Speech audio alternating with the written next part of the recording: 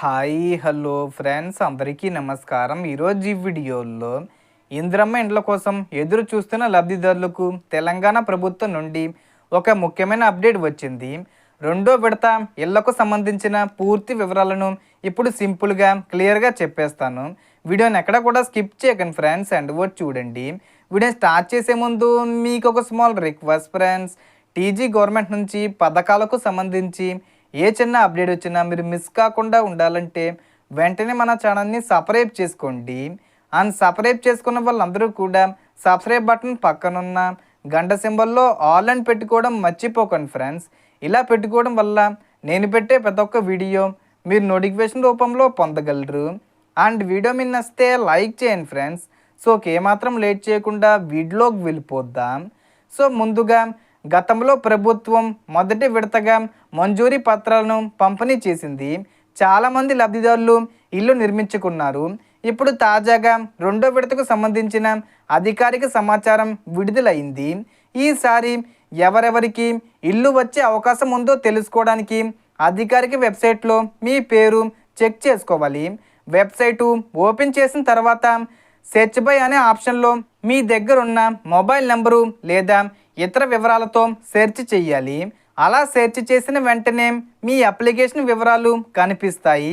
అందులో ముఖ్యంగా list type అనే సెక్షన్ ఉంటుంది. మీ పేరు లిస్టు 1లో ఉంటే మాత్రమే ఈ రెండో విడతలో ఇల్లు వచ్చే అవకాశం ఎక్కువగా ఉంటుంది. కానీ లిస్టు 2 లేదా లిస్టు 3లో ఉన్నవారికి ఈ విడతలో ఇల్లు వచ్చే అవకాశాలు తక్కువగా ఉన్నాయి. ఉదాహరణకు గతంలో ప్రభుత్వ పథకం ద్వారా ఇల్లు పొందిన వారికి లిస్టు 3లో చూపిస్తారు. అందుకే వారికి ఈసారి అవకాశం ఉండదు. కాబట్టి మీ స్టేటస్ని బాగా చెక్ చేసుకోవాలి. అలాగే మీ application status pending for MPDO approval అని ఉంటే మీకు ఈ విడతలో ఇల్లు వచ్చే అవకాశం ఉంది. ఇక లిస్టు 1లో ఉన్నవారు తప్పకుండా మీ గ్రామంలోని గ్రామ పంచాయతీ సెక్రటరీ లేదా ఇందిరమ్మ కమిటీ సభ్యులను కలిసి మీకు ఇల్లు అవసరం ఉందని తెలియజేయాలి.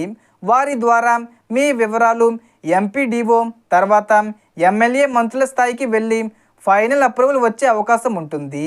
ఇక మంజూరీ పత్రాల పంపిణీ విషయానికి వస్తే ప్రభుత్వం మే 1 లేదా 2వ వారంలో ఈ పత్రాలను అందించేలా ప్రణాళిక వేస్తుంది. అంటే మే 10వ తేదీ లోపైన లేదా మే 20వ తేదీ వచ్చే లోపైన పంపిణీ చేసి ఇస్తారు. కాబట్టి అందరూ తమ పేర్లు లిస్టులో ఉన్నాయో లేదో చెక్ చేసుకుని అవసరమైన చర్యలు తీసుకోండి. ఇదే ఈరోజు ముఖ్యమైన అప్డేటు. సో దీనికి సంబంధించి ఏ చిన్న ఇన్ఫర్మేషన్ వచ్చినా నేను వీడియో చేసి పోస్ట్ చేస్తాను. ఆ యొక్క అప్డేట్స్ మీరు మిస్ కాకుండా ఉండాలంటే వెంటనే మన ఛానల్ని సబ్స్క్రైబ్ చేసుకోండి. సో టోటల్ ఇన్ఫర్మేషన్ ఇది ఫ్రెండ్స్. మీకు ఈ వీడియో నచ్చితే లైక్ చేయండి, షేర్ చేయండి అండ్ సబ్స్క్రైబ్ చేసుకోండి. Thanks for watching.